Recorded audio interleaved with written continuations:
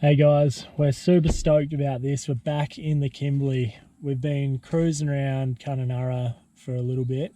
It's mid-September, it's stinking hot, but it doesn't matter because the landscape's still amazing and there's still fresh water flowing in some of the springs. So we've hired a boat at Lake Argyle. I even got the mountain bike out there because there's a small cross-country circuit next to the lake. That's pretty cool. Camping on the lower Ord a few nights. That's where we saw some of the crocodiles with the drone. Right now we're heading to El Questro. We've got a private camp booked. Hopefully that will be good, and yeah, let's go check it out.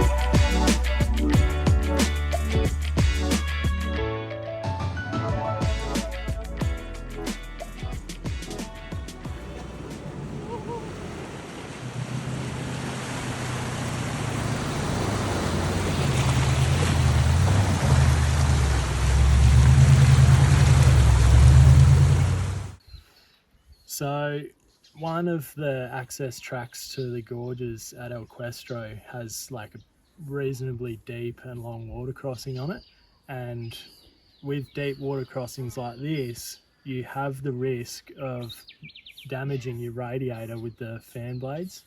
How this happens is the fan has a whole lot of momentum, the water gets in there, and if a large amount of water gets in there and grabs the fan blades, it flexes and either breaks or just flexes the fan into the radiator.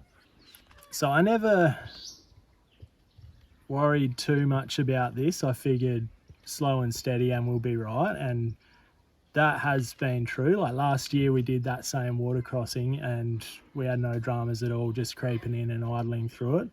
But then a few weeks later my mate was at the same crossing with the same car, and he had a mishap where the fan grabbed the water and bang, snapped the blades and straight into his radiator. So he was stranded for a week waiting for those new parts. So after that I looked into it a bit more. There's a few methods. Sometimes you can like tarp the front of the car when you're going in, but if it's a long enough crossing you're still going to get that water entering the engine bay through the wheel arches. And then the other option is various ways of tying the fan. Because of the design of the fan, it's basically on a freewheeling hub. So you can tie it off, and the method that I went with, which I thought also might be a bit of a gamble, but I just figured once it's set up, it's easy to use. So the method I went with was a small hole drilled in the radiator shroud, and then a small hole in one of the fan blades, if you can see it just here. And then when you get to the water crossing, you pull up, get a small cable tie like this, put it in the hole, just like that, and then through the shroud, bang, and then that hangs onto the fan, and you can start the engine and do that crossing quickly without that fan turning and the risk of the water grabbing it and breaking blades and the radiator.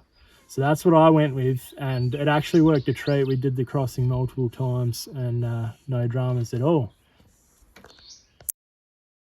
Alright guys, one more location to finish this video off. We're going to another Kununurra favourite. We've been there before on the channel, but it's pretty good, so I don't care. I'm going to put it up again. We're going to Spring Creek. This is actually where Ben got stuck and flooded his car last year.